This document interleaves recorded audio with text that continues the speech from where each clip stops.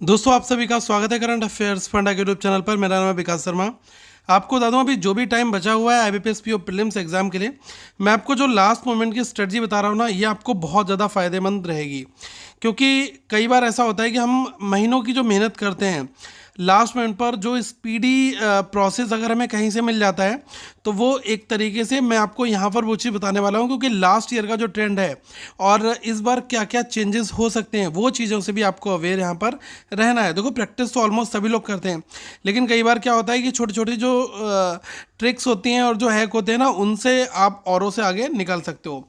अब देखो गाइज, यहाँ पर मैं आपको बता दूँ आईबीपीएस पीओ प्रीलिम्स का जो लास्ट ईयर का पेपर है, उसमें जो सबसे ज़रूरी चीज़ है वो आप यहाँ पर देखिएगा कि ये जो 100% स्कोरिंग वाले जो टॉपिक्स हैं, इनको आपको माइंड में सेट करके रखना है।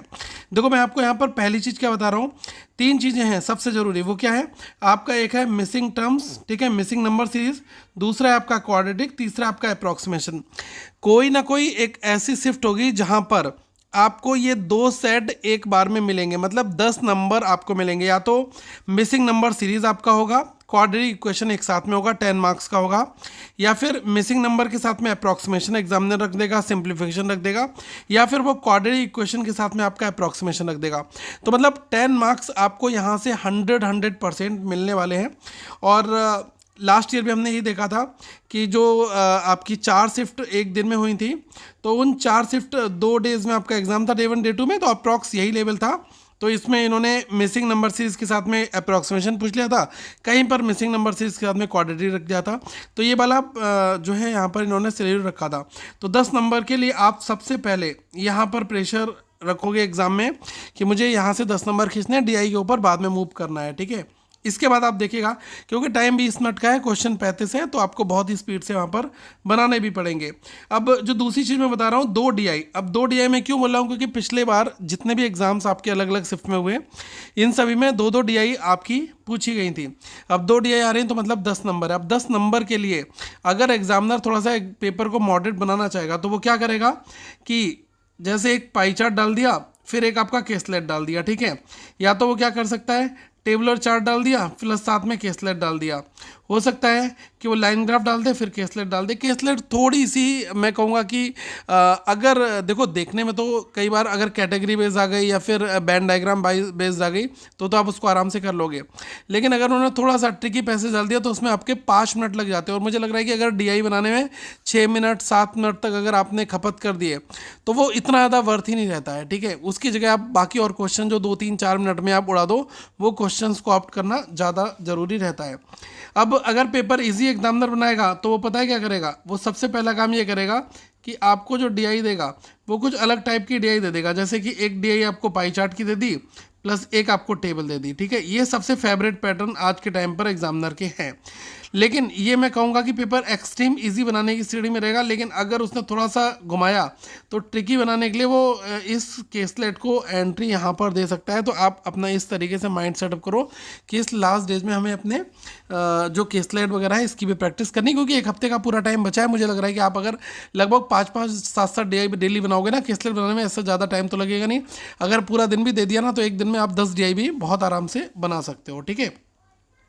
अब देखो ये आपका 20 मार्क्स का यहाँ पर हो चुका है, मतलब 20 नंबर आपने सीधे सीधे, और मैं कहूँगा कि 20 नंबर में 10 तो आपके 100% हो गए, और 2 डीआई में अगर आपने दोनों बनाई तो कहीं पर 20 हो जाएंगे। अगर नहीं बना पाए तो 15 नंबर तो मैं कहीं पर भी मानकर चलूँ कि 15 तो आपके यहाँ पर श्योर शॉट बनेंगे ही बनेंगे, ठीक है। 15 मार्क्स आप लगभग मानकर चलो कि 15 तक आप पहुँच जाओगे, ठीक है। अब इसके बाद थोड़ा सा आप अगर आगे बढ़ते हो तो ये जो आपका अप्रॉक्सीमेशन जो अरिथमेटिक पोर्शन है ना, ये बहुत गैस इंपॉर्टेंट है। अब मैं ये चीज़ क्यों बता रहा हूँ, क्योंकि कई बार हमने ये देखा है कि अरिथमेटिक में कई बार इतने इतने इजी क्वेश्चंस रहते हैं, वन लाइनर के, विदाउट सच कंपोजिट कंपाउंड क्वेश्चंस नहीं होते। एक ही कंसेप्ट लगता है, ऐसे परसेंटेज है तो परसेंटेज लगेगा कि इतने परसेंट निकालना है आपको, टोटल पॉपुलेशन इतनी है। तो कई बार ऐसे क्वेश्चंस मिल जाते हैं देखने में, ठीक है।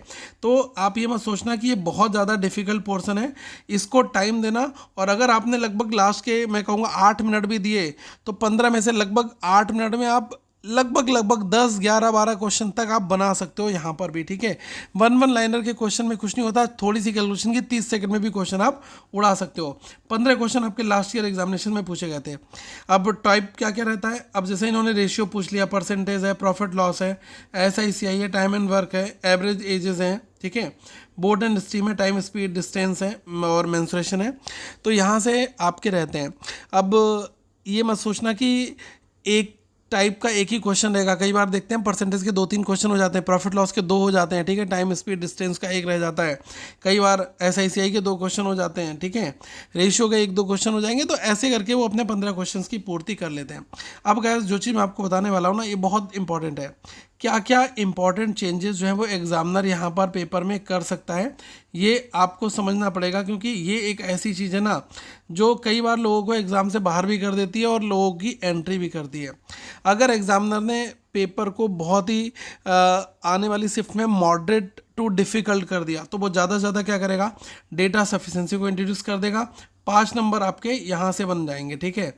तो ये चीज़ें कई बार रहती हैं, मतलब 5 मार्क्स के लिए आपको जो ये डेटा सफिशिएंसी है ना, ये अगर उसने डाल दी तो 5 नंबर तो आपके यहाँ से बन जाएंगे, ठीक है।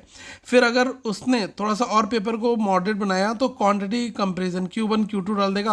अब Q1 Q2 में लगभग 70 to 80% आपके अरिथमेटिक के वर्ड प्रॉब्लम्स ही रहते हैं, ठीक है, क्योंकि उसमें लैंग्वेज लिखी होगी, आपको समझनी होगी और आपको दोनों साइड से Q1 Q2 सॉल्व करना होगा। फिर आपके 5 ऑप्शन होंगे, उनको आपको यहाँ पर समझना होगा।